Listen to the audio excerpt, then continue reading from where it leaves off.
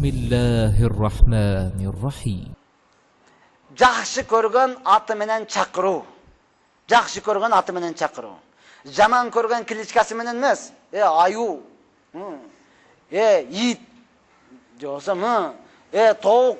Кыскасы жаман көрген аты менен эмес. Кличкалары бар. Ар бир өзү. Кыргызстан боюнча эле бардыгы ушундай да. Ар бир уруту аты бар. Бардыгы да урматтууган. Булар ушундайлар, булар мындай, бардыгыбыз да бар да, урматтууган.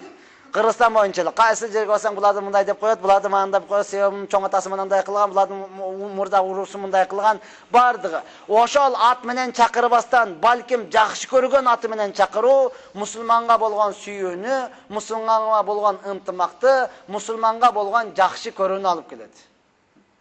Аулия де, таква де, кары де, ажака де, ажын өмүрүндө көргөн эмес. Ажакада сен сүйүнүп калат, машалла, амин, оозуңарга сала берсин, чотто барат окшоймун деп калат го, баргысы келбеген адам деле. Ошондой карака, ажака, мына ошондой жакшы көргөн, аулия болбосо азыр эң жакшысы эле таксыр. Таксыр деген урматтоо менен, сыйлуум, урматтоом, падышам деген сөздөр урматтууган. Негир болбойт. Бочка. Бул сүйүүнү эмес, кайтып жек көрүүнү алып келет да. Туура жекече олтурган учурда урматтууган тамашалашып айтышыңыз мүмкүн. Бирок башка бирөө турганда ошол менен кылсаңыз, сени бочка деп чакырышабы дейт. Эми тийише берет да. Дегени менен сен менин ошонун алдында мен ушундай уят кылдың. Эми бул адамда кааласаң ички оорулар пайда болот урматтууган. Ички оору кек сактоо. Мен дагы бир күн ушуну мат кылышым керек. Мен дагы бир күн ушундай бир отурган жерде ушинтип чакырышым керек. Немис, кыскасы жаман сөздөр менен чакыруунун. Бул мусулмандын ортосуна ынтымактыкты алып келбейт, балким жек көрүүнү алып келет. Ошондон Умар разияллаху анху айткан 3 нерсе: саламды биринчи беришлик, жайдан кеңирип орун беришлик, үчүнчү жакшы көргөн ат менен чакырышлык. Алланын сүйүктүүсү, красавчик деп кой. Түшүнтүбү?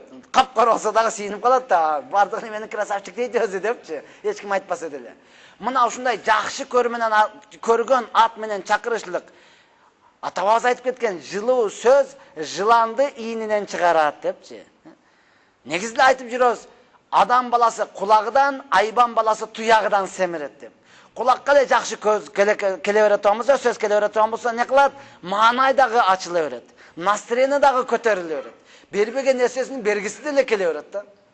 Кээ бир матутуган товар алганы барып калсаң, болбогон нерсени жумшак сүйлөп, мына биринчи кофеден ичип алыңыз, эс алып, анан бул жагын сүйлөшөбүз десе, алгың келбеген деле ирип бараткан картошканы мен азыраак болсо деле ала берейин дейсиң го. Алгың келбей турат, бирок ошончо мамиле кылгандан ал жерден курук чыгып кеткин келбейт да. Кем азыраак болсо деле ала берейин, 1 килограмм жок дегенде деп алып кетесиң урматтууган. Бул эмнектен ал адамдын кылган мамилесиден ушунчалык кичипелип кызмат кылып койду. Ал инсан абдул ихсан деп коет араптар. Инсан бул жакшылыктын кулу да. Кичине эле жакшылык кылып койгонсо, бизде сөз бар го, саясатта сөз бар, оозу майланып калган депчи. Оозун эле майлап койгон болсоң болду, эч нерсе дей албайт да. Неме болсо дагы билбейм, өзүңөр чечесиңер го деп коюп тура берет. Аны көрүп турат, аллык билип турат, тура эмес. Билбейм, өзүңөр кеңешесиңер да, мен тааныбасам деп коюпчу. Неге оозу майланып калганда урматтуу туган? Мына ошонун эң жакшы жолуну пайгамбарыбыздын досу Умар разияллаху анху айтып берип атат урматтууган, мусулмандардын ортосуна ынтымак, махаббат, тынчтык, биримдик болуш үчүн эң негизгиси саламды биринчи баштаңыз, местаны кеңирээк бериңиз, жакшы көргөн аты менен чакырыңыз урматтууган.